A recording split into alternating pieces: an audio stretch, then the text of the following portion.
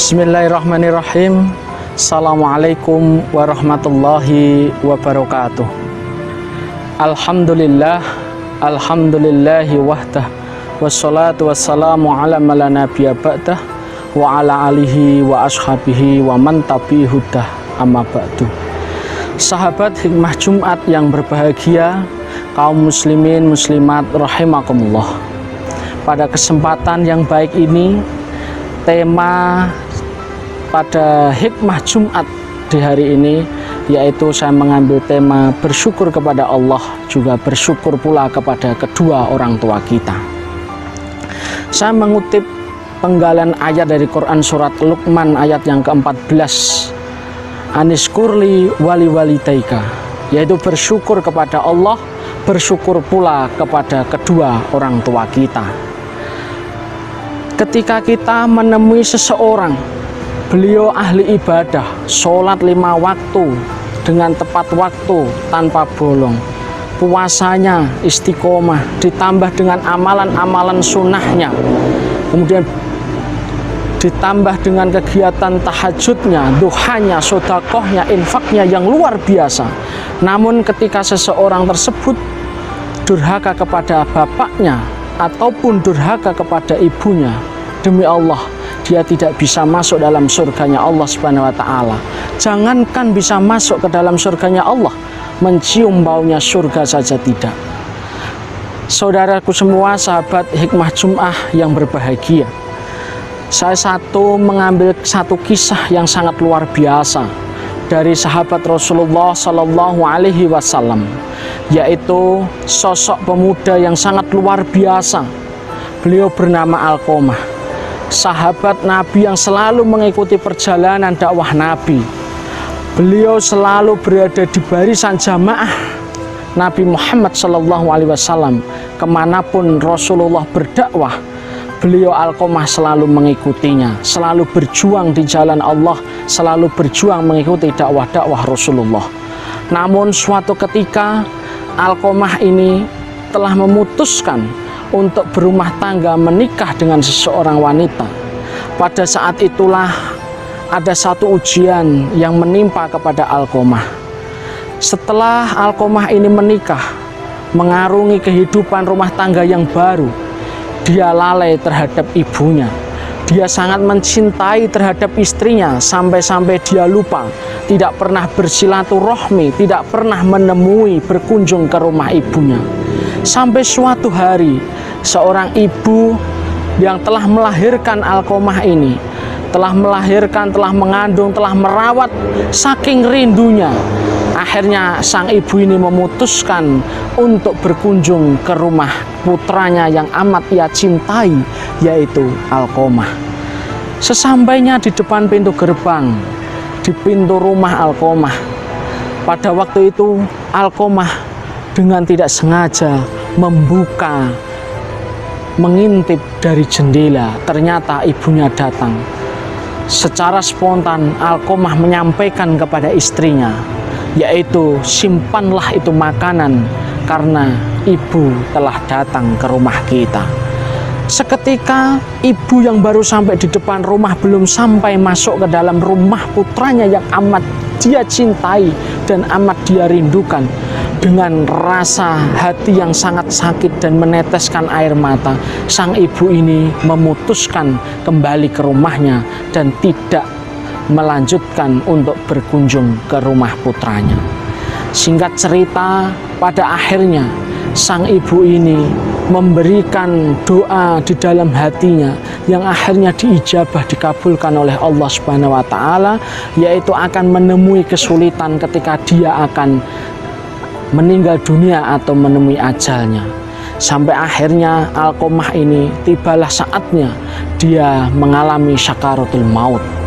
Saat tiba sakaratul maut, Alqamah, seorang sahabat Rasulullah yang ahli ibadah, ahli dakwah, mengikuti Rasulullah kemanapun berdakwah, berjuang di jalan agama Allah. Tetapi Alqamah benar-benar mengalami kesulitan, yaitu mengucapkan 2 kalimat syahadat. Dengan dipandu oleh Bilal bin Rabah, namun Alqamah tetap saja mengalami kesulitan, tidak bisa mengucapkan 2 kalimat syahadat. Lantas dengan sigapnya Bilal bin Rabah menemui Rasulullah SAW untuk memberikan pertolongan, memberikan doa agar Alqamah ini mendapatkan kelancaran melewati sakaratul mautnya sehingga bisa meninggal dunia dalam keadaan husnul khatimah. Lantas Rasulullah menemui Alqamah, memandu mengucapkan 2 kalimat syahadat agar dia lancar dalam melewati sakaratul mautnya. Namun dengan dipandu Rasulullah, diberikan doa oleh Rasulullah, Alqamah tetap tidak bisa mengucapkan 2 kalimat syahadat. Rasulullah akhirnya menyimpulkan si Alqamah ini pasti ada sesuatu yang keliru terhadap dirinya. Lantas Rasulullah memerintahkan kepada Bilal bin Rabah untuk mencari ayahandanya. Namun setelah dicari, ayahandanya telah meninggal dunia. Rasulullah memerintahkan cari ibunya. Kemudian Bilal bin Rabah menemui ibunya. Ternyata ibu daripada Alqamah masih hidup. Diceritakanlah semua yang terjadi pada diri Alqamah oleh Bilal bin Rabah dengan senyum yang singkat. Ibu daripada Alqamah ini mengatakan itulah yang dipetik daripada Alqamah atas perbuatannya sendiri yang telah membuat hati saya ini sakit. Saya seorang ibu yang telah mengandung, telah melahirkan, telah menyusui, telah merawat, namun telah dibuat sakit hati atas ulah dan sikapnya daripada anak saya sendiri. Lantas Rasulullah memerintahkan pada Bilal, ajak ibundanya menemui Alqamah. Seketika ibunda daripada Alqamah menemui Alqamah yang sedang sakaratul maut, tidak bisa mengucapkan 2 kalimat syahadat. Lantas Rasulullah meminta kepada ibunya untuk memberikan maaf dengan seikhlas-ikhlasnya agar Alqamah ini dapat melewati sakaratul mautnya sehingga bisa meninggal dalam keadaan husnul khatimah. Namun apa yang terjadi para sahabat hikmah Jumat? Ibundanya tidak mau memberikan rasa maaf terhadap anaknya. Lantas Rasulullah, kalau ibunda tidak mau memberikan rasa maaf itu kepada anaknya Alqamah, lebih baik putra ibu saya bakar menikmati apinya dunia daripada menikmati apinya neraka. Lantas ibunya menjawab, silahkan ya Rasulullah. Lantas Rasulullah memerintahkan para sahabat semua, para sahabat kumpulkanlah kayu bakar. Setelah kayu bakar dikumpulkan, api telah menyala. Lantas Alqamah ini siap untuk dilemparkan ke dalam api yang telah menyala ini.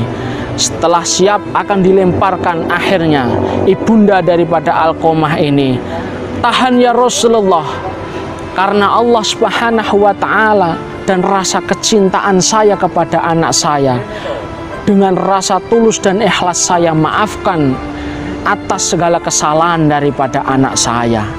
Lantas akhirnya dengan rasa ikhlas ibundanya telah memaafkan, dipandu oleh Rasulullah Shallallahu Alaihi Wasallam, Alqamah bisa melewati sakaratul mautnya, yaitu dengan mengucapkan 2 kalimat syahadat.